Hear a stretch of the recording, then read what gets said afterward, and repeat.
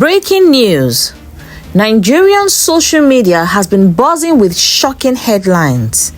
Qatar bans Nigerian men from traveling alone. Some reports even claim that unless you're traveling with family or unless you've booked a 5-star hotel and return ticket, you won't even get a visa. Sounds unbelievable, right? But here's that twist. Qatar's Ministry of Interior has officially denied these claims. So what exactly is really happening? Why did this story even go viral in the first place? And most importantly, what lessons can professionals, entrepreneurs, and creators like you take from moments like this? So let's unpack the full story together. First, let's break down the news as it circulated.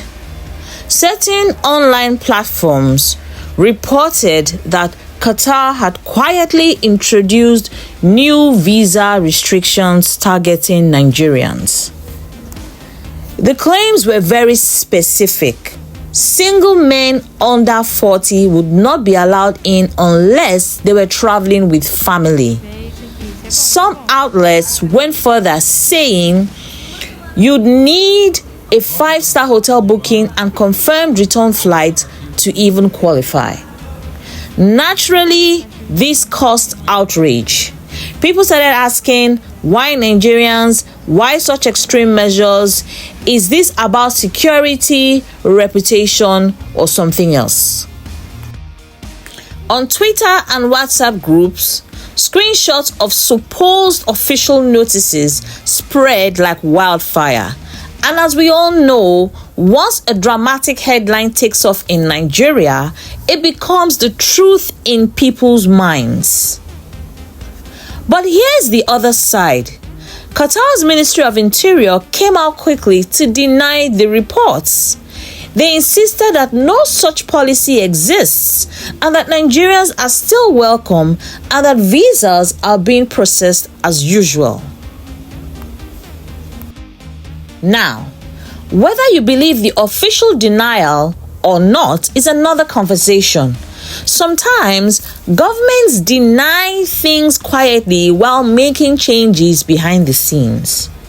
But what is interesting is how fast this story captured attention and how it revealed that something bigger about credibility is something many of us need to take note of. And I'll explain.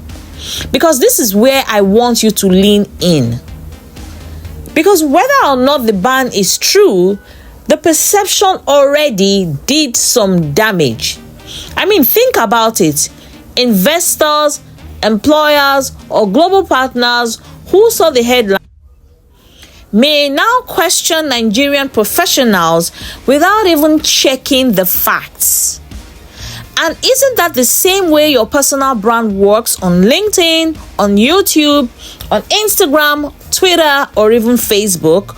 One wrong headline, one poorly chosen profile picture, one inconsistent post, and suddenly people form a story about you that may not even be true.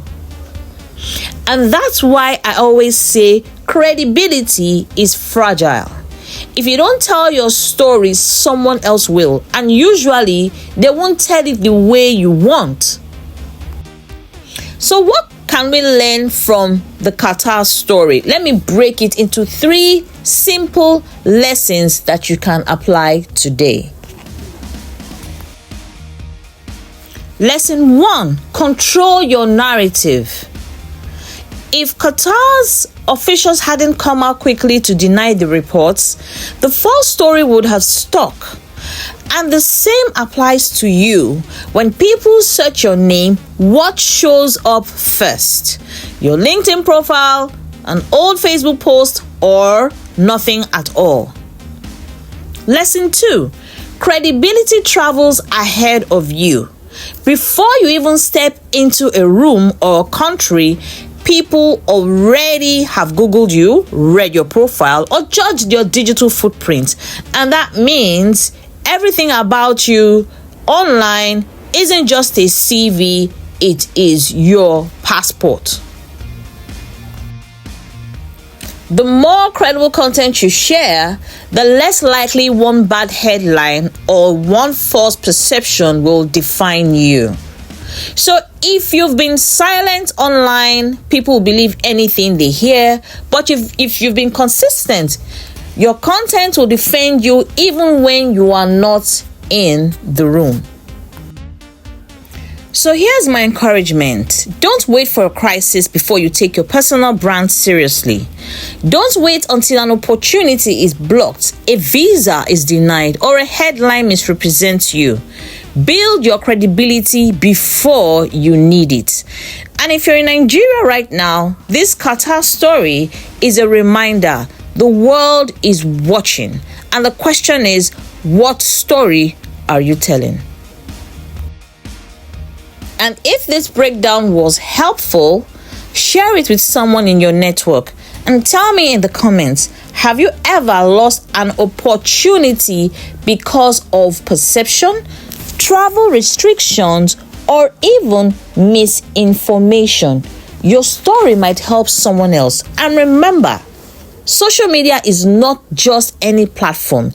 It is your global stage. And like I always say, if you don't tell your story, someone else will. See you in the next video.